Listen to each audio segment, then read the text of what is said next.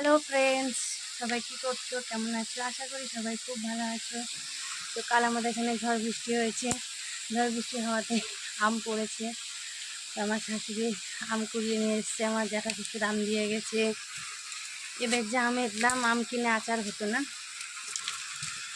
তো আমি এখন আচার করছি।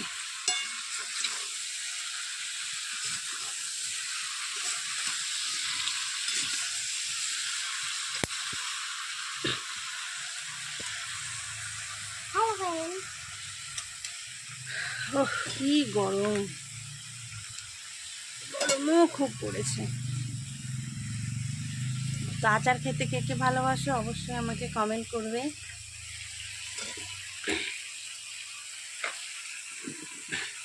আজ হয়তো অনেকেই আচার দিচ্ছে আমার মতো।